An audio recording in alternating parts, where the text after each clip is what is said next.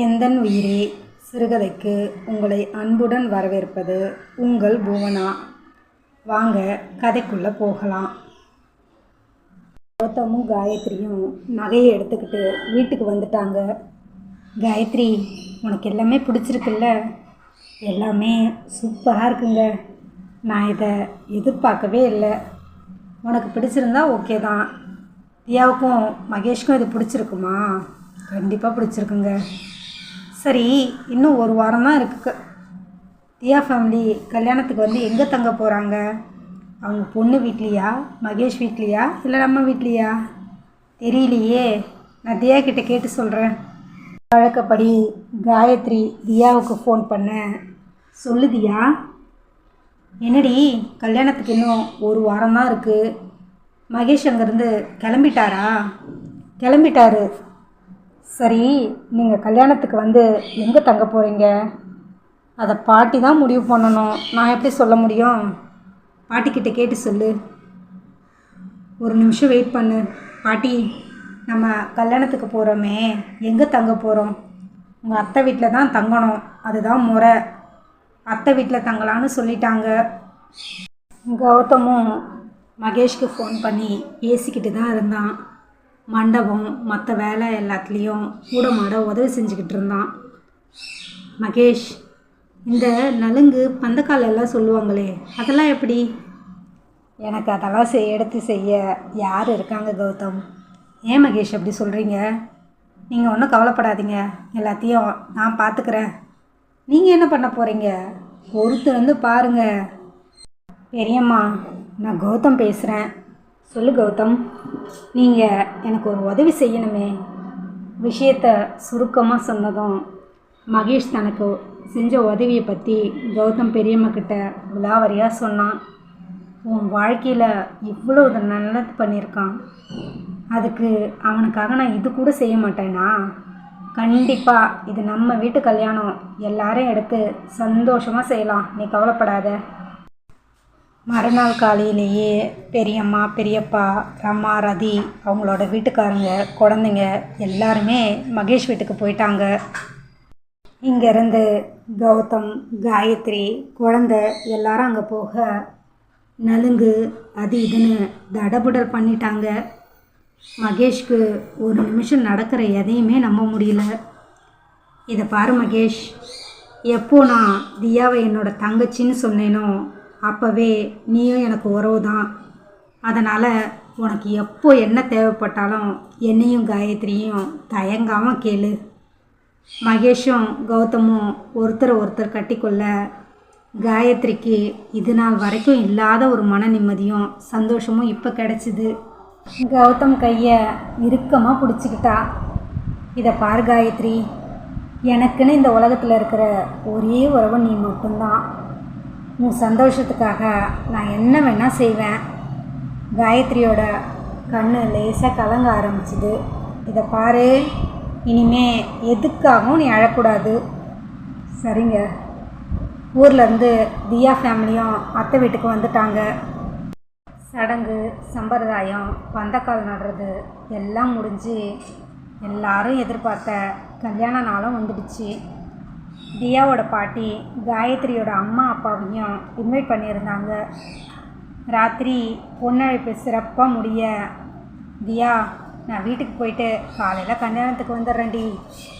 நான் மட்டும் எப்படி தனியாக இருக்கிறது? தியா, அவள் போயிட்டு வரட்டும் விடு. பச்சை குழந்த கல்யாண மண்டபத்தில் சரியாக இருக்காது. சரி காயத்ரி, காலையில் நேரமாக வந்துரு. பாட்டி சொல்ல அதெல்லாம் வந்துடுறேன் பாட்டி. நீ காயத்ரி, எழுந்திரடி. மணி 4 போகுது. கல்யாணத்துக்கு கிளம்பணும். அதுக்குள்ளேயா டைம் ஆயிடுச்சு. என்னால் உங்கள் பொண்ணோட முடியல. ராத்திரி முழுக்க தூங்காமல் இம்சை பண்ணுறா. சரி, இன்றைக்கி ஒரே ஒரு நாள். கல்யாணம் முடிஞ்சு வந்ததும் நிம்மதியாக படுத்து தூங்கு. அதான் கேர்டேக்கர் இருக்காங்கல்ல, அவங்க பார்த்துப்பாங்க. காயத்ரியும் எழுந்து அவசரமாக கிளம்ப அதுக்குள்ளே கௌதம் பொண்ணை ரெடி பண்ணிட்டான்.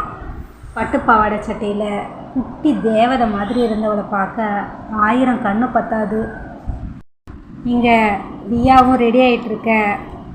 மண்டபத்துக்கு வந்த காயத்ரி, பாப்பாவை நீங்கள் பார்த்துக்கோங்க. நான் தியா கிட்ட போகிறேன். நேராக தியா கிட்ட போனவ அவள் கழுத்தில் அழகாக அந்த டைமண்ட் செட்டை போட்டு விட்டா. என்னடி பண்ணுற? நெக்லஸ் போடுறேன், ரொம்ப காஸ்ட்லியாக இருக்கும் போல். மேடம், இது உங்கள் அண்ணனோட ப்ரெசண்ட். அவர் ரொம்ப ஆசையாக வாங்கியிருக்காரு. நீ போட்டுக்கல, அவர் மனசு ரொம்ப கஷ்டப்படும். அதுக்காக இவ்வளோ காஸ்ட்லியாவா? நீ எனக்கு பண்ண உதவிக்கு இதெல்லாம் கம்மி. அதுக்குள்ளே மகேஷ் அங்கே வர, இப்படி ஜொலிக்கிற? காயத்ரி சிரிக்க, சரி நீங்கள் எதுக்கு இப்போ இங்கே வந்தீங்க? இல்லை தியா, சீப்பு தொலைஞ்சி போச்சு, அதான் வாங்கிட்டு போகலான்னு வந்தேன். ரொம்ப அசடு வடியுது, போய் ரெடி ஆகுங்க போங்க. இல்லை, நீ எப்படி ரெடி ஆகியிருக்கேன்னு பார்த்துட்டு போகலான்னு வந்தேன். நான் நல்லா தான் ரெடி ஆகியிருக்கேன், நீங்கள் போய் சீக்கிரம் ரெடி ஆகுங்க. அதுக்குள்ளே கல்யாணத்துக்கு எல்லாரும் வந்துக்கிட்டே இருக்க வாசலில் நின்று கௌதமோட பெரியம்மா பெரியப்பா தான் வரவேற்பு கொடுத்தாங்க. கூடவே தியாவோட அத்தை மாமாவும். நெக்லஸ் அழகாக இருக்குடி, என் அண்ணா வாங்கி கொடுத்தது. அண்ணாவா? ஆமாம், கௌதம் அண்ணா. பாரேன், அண்ணன் தங்கச்சி பாசத்தில் பாசமலரியே மிஞ்சிருவீங்க போல இருக்குது. சரி சரி, நேரம் ஆகுது, சீக்கிரம் போய் ரெடி ஆகுங்க. சொந்த பந்தம் புடை சூழ 33 கோடி தேவர்கள் சாட்சியாக மகேஷ் தியா கழுத்தில் தாலியை கட்டுனான். ஒவ்வொருத்தராக வந்து மணமக்களை வாழ்த்திட்டு போக கடைசி ரோவில் காயத்ரியோட அம்மா, அப்பா, தங்கச்சி எல்லாரும் உட்காந்துட்டு இருந்தாங்க. கீழே இருந்து மேடையில் நின்றுக்கிட்டு இருந்த காயத்ரியை பார்த்த காயத்ரியோட தங்கச்சி வேகமாக ஓடி வந்து அவளை கட்டிக்கிட்டா. ஏங்கா என்னை வந்து நீ பார்க்கவே இல்லை? எனக்கு உடம்பு தானே சரியில்லை. ஹாஸ்பிட்டலில் இருக்கும்போதும் நீ வரல, அதுக்கப்புறமும் நீ வரல. நான் என்ன தப்பு பண்ணேன்? பின்னாடியே காயத்ரியோட சித்தியும் அப்பாவும் வந்தாங்க. காயத்ரியோட சித்தி, என்னை மன்னிச்சிடு காயத்ரி, அன்னைக்கு இருந்த சூழ்நிலையில் நான் உன் மனசை ரொம்பவே கஷ்டப்படுத்திட்டேன், என்னை மன்னிச்சிடு. அதெல்லாம் விடுங்கம்மா, என்னோடய சூழ்நிலை, நானும் வந்து உங்களை பார்க்கவே முடியல. இப்போ தான் எல்லாம் சரியாயிடுச்சுல்ல, இனிமே அதை பற்றி பேச வேண்டாம். உன் குழந்தையா? குடிங்க, வேகமாக குழந்தைய வாங்க. குழந்தைக்கு ஆசை தீர முத்தம் கொடுத்தாங்க. காயத்ரியோட அப்பாவும் காயத்ரியோட கையை பிடிச்சிக்கிட்டு அழுதுட்டாரு. அப்பா ப்ளீஸ், நடந்த விஷயத்தை பற்றி பேச வேண்டாம்ப்பா, நான் ரொம்ப நல்லா இருக்கேன், உங்கள் மருமகன் என்னை ரொம்ப நல்லா பார்த்துக்கிறாரு, நீங்கள் அழற அளவுக்கு எனக்கு எந்த பிரச்சனையும் இல்லை.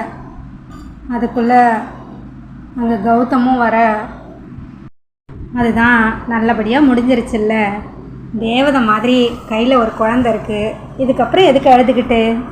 தியாவோட பாட்டி சொல்ல எல்லாரும் கண்ணை தொடச்சிக்கிட்டு ஆள் ஆளுக்கு குழந்தைய மாற்றி மாற்றி கொஞ்சிக்கிட்டு இருந்தாங்க. எல்லாரும் ஃபோட்டோவுக்கு நில்லுங்க, ஃபோட்டோகிராஃபர் சொல்ல மகேஷ் தியா பின்னாடி சொந்த பந்தங்கள் கூட சோழ நின்றுக்கிட்டு இருந்துச்சு. எல்லாரும் சந்தோஷமாக சிரிச்சுக்கிட்டு போஸ் கொடுக்க ஃபோட்டோகிராஃபரோ அழகான அந்த மெமரிஸை சூப்பராக கிளிக் பண்ணார். எல்லாருடைய வாழ்க்கையும் சந்தோஷமான நந்தவனமாக மாறிடுச்சு. அவங்களுக்கு பிடிச்ச மாதிரி விருப்பமான வாழ்க்கையை கொடுத்த கடவுளுக்கு எல்லாரும் நன்றி சொல்ல